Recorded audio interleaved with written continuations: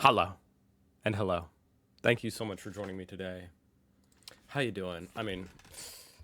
Unfortunately, I do have some bad news to break to you guys, and it's that evidently Germany's in a recession. Okay, sorry. That's why you lost your job. It wasn't your fault.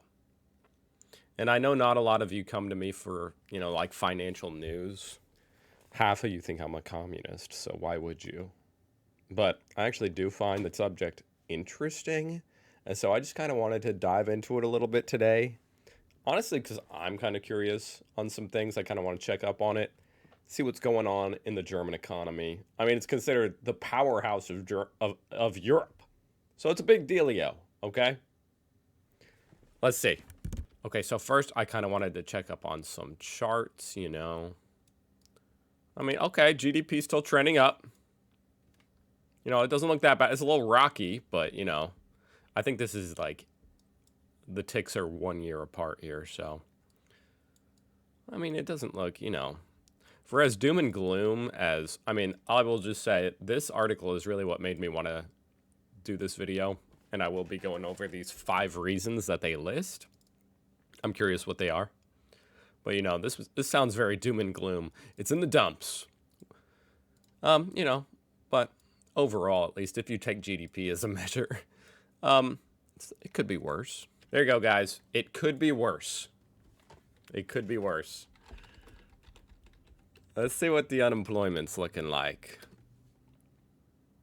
Okay, we're definitely trending upward there, aren't we?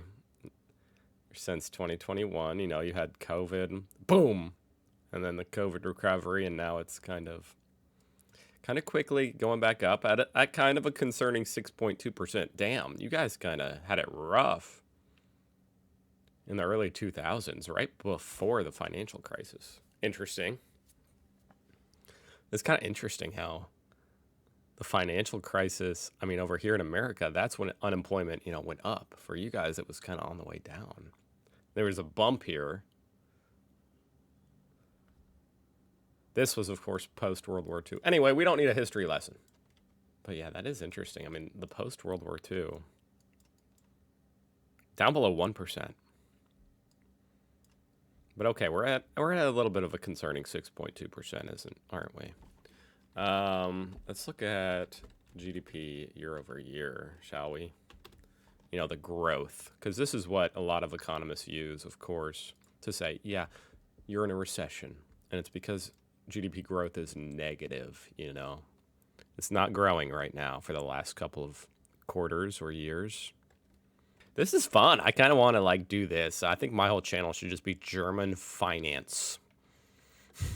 I like looking at these charts, It makes me feel kind of smart. Like, oh, look, look, here is a zero and a negative sign. That's bad, guys. That's bad. And then 0.2. Okay. Could be worse. That's my takeaway so far, guys. Does that make you guys feel better? It could be worse. And, of course, we have to check in on inflation, our good buddy inflation. Now, of course, inflation should at least be going down. The consolation prize should be going down during a recession. And, of course, it's way down off the peak. It's kind of similar to here in the U.S. where it's kind of stuck in this range, although you guys are down, I assume your target is also 2%, so you're right there. But, of course, see, here's something that might sound stupid, but, this is for the euro, right? This isn't just Germany, right? Or does Germany measure its own inflation? I guess you would measure Germany's inflation. Yeah, I guess so, huh? Never mind. This does make sense. It's for the prices inside Germany, even though they're denominated in euros. That's kind of irrelevant. Well, it's relevant in that if the euro gets debased, then it will cause inflation in every EU country. But anyway, to be honest, I don't even know what this chart is, but it sounds interesting. Germany House Price Index. Hopefully this gives just an idea of what the house prices in Germany are doing. That's what the name would imply. So they peaked in 2022, and they're still super high all around the world, huh? Like, you would kind of hope that, given that it's a recession, house prices could at least come down. You know what I mean? That could be a consolation prize right there. All right, let's move on to this part, okay? I'm done LARPing as a financial analyst. Here's the 5 reasons why Germany's economy is in the dumps. Energy shock from Russia. That's a big one, huh? That's a big deal. I mean, that will cause a lot of inflation and a lot of strife in the economy in general, huh? Expensive energy. Moscow's decision to cut off natural gas supplies to Germany in the wake of Russia's invasion of Ukraine dealt a severe blow. For years, Germany's business model was based on cheap energy, fueling production of industrial goods for export. Yeah, that's a big topic, isn't it? That's got to be a big topic in the upcoming election. Oh, so Angela Merkel actually ended nuclear power with the plan to kind of use Russia while you move to clean energy. Damn. China, from customer to competitor.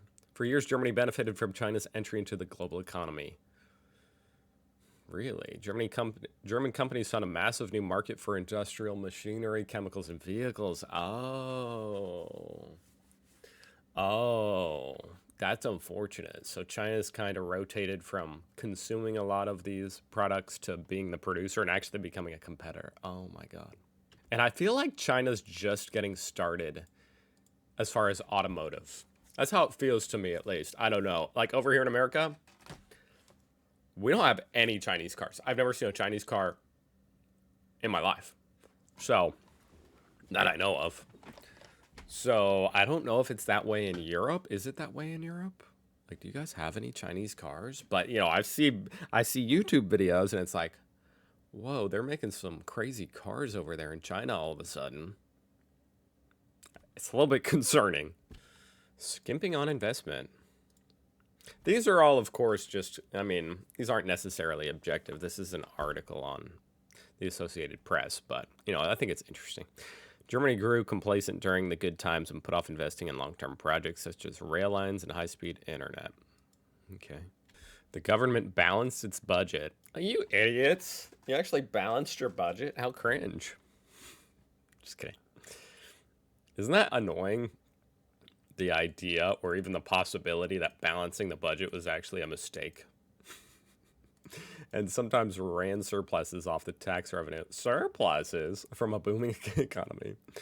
It is interesting to think like, oh, you know, turns out you look back in 1,000 years, it's like you should have all just ran a huge deficit because the amount of productivity now, you know, a bunch of robots are the ones making the world. And the only thing that mattered was which country made the robots and the AI that ran the world.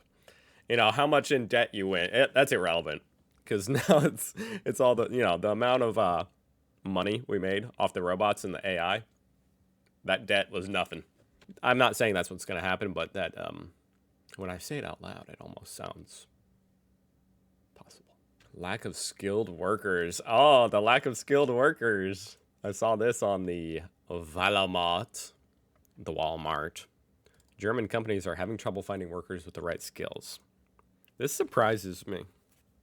From highly trained IT workers to daycare providers. I don't know about Germany, but here in America, daycare providers don't get paid shit. So I'm not surprised. That's a really tough problem. It's a tough thing, daycare. It's very expensive. It's so expensive for the parents, and yet somehow it's not that profitable. You know? So it's kind of like a lose-lose. Unfortunately. IT workers. I feel like you guys, I don't know. That's just shocking to me. Okay. IT? I thought you guys were chads at IT. I would assume you are. Senior care workers and hotel staff members. In a German Chamber of Commerce and Industry survey of 23,000 firms, 43% of companies said they couldn't fill open positions. So you have high unemployment, but also high demand for workers.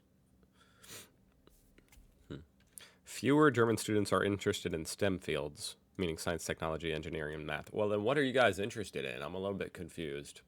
That sounds very German to me. I thought you guys, I mean, I know you guys love engineering, technology. What's everybody going to school for? And the last one, bureaucracy. Okay, I have watched a lot of Real Earson, so I can see that. I can see that.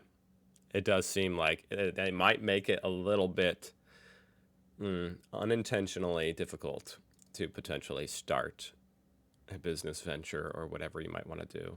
Seems like you might have to jump through some hoops. Lengthy approval procedures and too much paperwork or drag on the economy. Isn't that ironic? Like too much paperwork. So not only are you wasting effort and time and labor doing the paperwork, but the paperwork is actually holding you back to begin with.